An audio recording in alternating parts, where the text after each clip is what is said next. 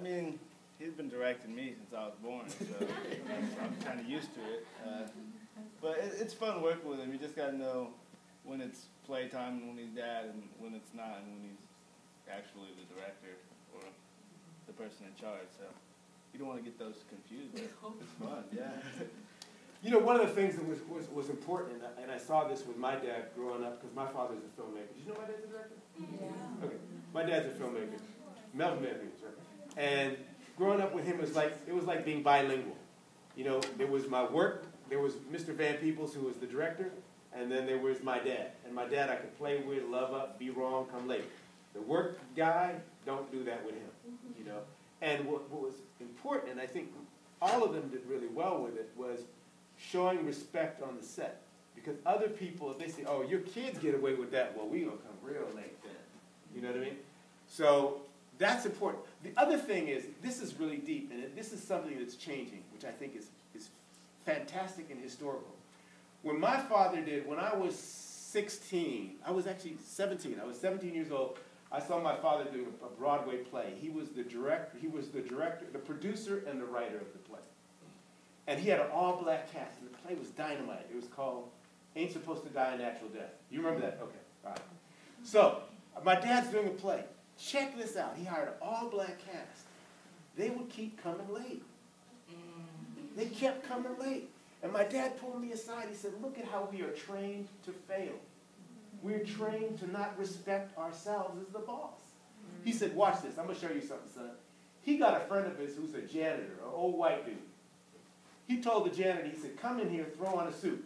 And he would sit in the office, and there was a window like about this high, and he and my dad would sit in the office and just play cards. They would all come on time when the white dude was there, because they thought he was the boss. So it psychologically was important for us to say, oh, that sister is the boss, or that brother is the producer. It takes us a while to see ourselves as smart, because we're so brainwashed sometimes to think the best lawyer is somebody else, or the best doctor is someone else, or the best president is someone else. That's changing now. We're now starting to say, oh, this sister runs BET. Oh, this brother does this. Oh, that. So we're slowly getting used to seeing ourselves as the boss.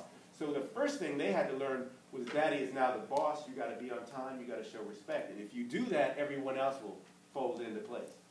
And they did. And then the other thing was lots of love. Love, being able to make mistakes. The thing was we know this. Being educated is super important, but being good with people is crazy important.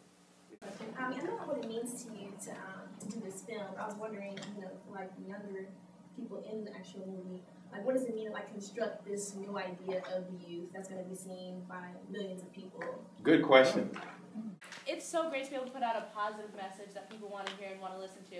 We just came from my high school earlier to see the kids actually be interested in something, because I know a lot of high schoolers are just not, they really don't care. So to see people be engaged and people want to know more and just, when's the movie coming out, what's going on with the movie, like it's such a great message. To have such positive feedback really makes it worth the while.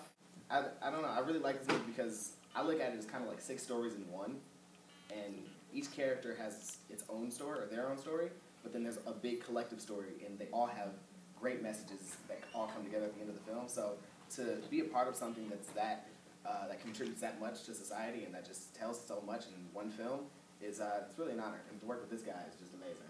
Thank you. And my dad said to me, if you're lucky, there's going to be 4 phases in your life. There's going to be Mario who, hey, why don't you get me Mario? Why don't y'all get me a young Mario? And then Mario who?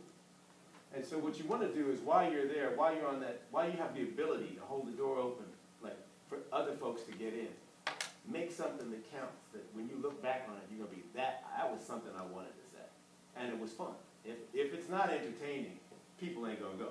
So you have to figure out what folks, what's from your heart that you're excited about and other people are excited about, and then make sure that that has the nutritional value you want it to have.